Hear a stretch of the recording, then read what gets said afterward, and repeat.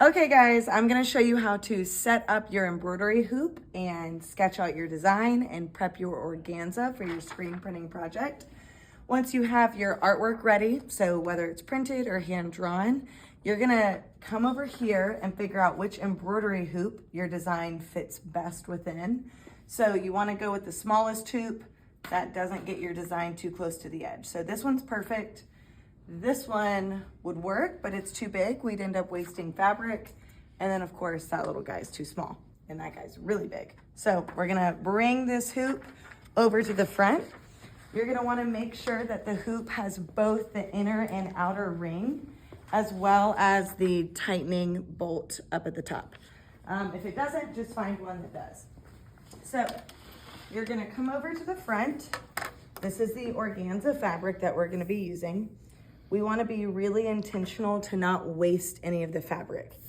Like, do not just take your hoop and like put it in the middle and start cutting randomly. We gotta be really thoughtful about how much fabric we need. And you need a pair of scissors with you, ready to go. So, to get the right amount of fabric, you're going to take your hoop and put it along a corner edge so that we're not, like I mentioned, out in the middle. You need roughly an inch margin outside of your hoop. You don't need to get a ruler. You can kind of eyeball it. But when you cut on the side that is in the edge, make sure you're just kind of adding an inch as well. So again, not precise, but we're also trying not to waste. Okay, so now we have our organza fabric that's gonna fit within our hoop.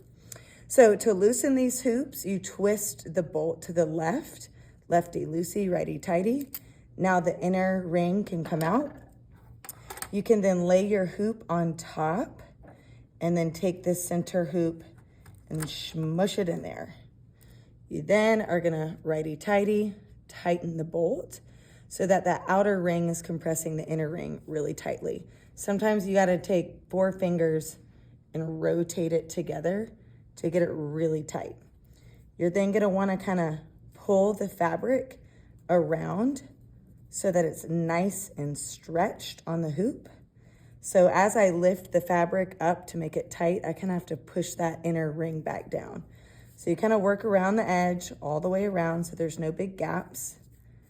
And then if you can, tighten it a little bit more. And then if you think it got loose, come back around, get it really tight. So next is tracing. In theory, you could have traced your design before you put it on the hoop. That would have been okay, but I'm trying to show you a lot of things all in one video. So you could also stretch it and then trace it. It doesn't really matter, but we have it traced. So you're gonna lay it flat on your design. So I refer to this position as tabletop, where the screen is hovering above the table. When it's flat down, that's when you're tracing it. So I'm not gonna trace the whole thing, but with this design, you wanna think about what's gonna show up on your fabric. So everything that's black is what I want to show up in ink, and everything that is white or even this gray is gonna stay the color of the shirt. So I need to make sure that when I trace around the black lines. So you gotta go on either side of these black lines. That way you actually have something to paint around when you fill it in with paint here in just a minute. So try to be really smooth. I'm obviously going kind of quick for the video, but you wanna go nice and slow because if this part looks ugly, it's only gonna get more ugly as you go. So let's imagine I just finished the whole Hello Kitty. Yay, wow. Ooh, you see it, okay? So then what you're gonna do is come over to the paint station. This is just regular household paint. We've got some saved from previous years. My guess is most of this is dried out. So good luck if you're trying to use this. These jars have paint that you can use. You wanna shake them up really good because you can even hear it separated. So you'll wanna shake it really, really, really good. And then you'll open it up. If it's too firm, you tap it on the edge of the table. And then, yep, there you go. Then you should be able to open it. Okay, you'll get your house paint. Ideally, you're gonna put some paper down. You also could wear an apron. This will stain. Aprons are in the studio. Paper that you put down, you could use the big rolls in the like resource closet. I'm gonna use this sheet of paper right here. So you get your paint, open it up. Again, just like regular house paint down in there. You could pour this into a little bowl and then put saran wrap over it later, or just use this, or even the lid works really well. You're gonna get a smallish paintbrush. I'm not gonna fully demonstrate right now, but you would take your hoop, put it in tabletop position over your scrap paper. So again, tabletop means there's space between the screen and the table so that when you paint, you're not painting directly down onto the table because it's a screen, it'll go straight through. So the key here is that you would get paint and paint around the lines that you drew.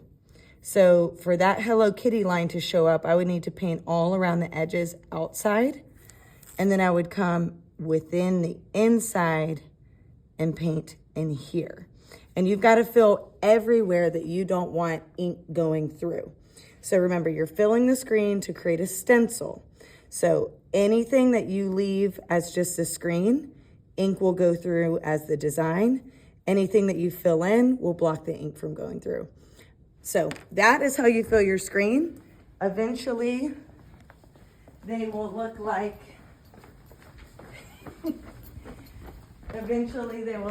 this. So all of these spaces are where someone painted with paint in and around their design.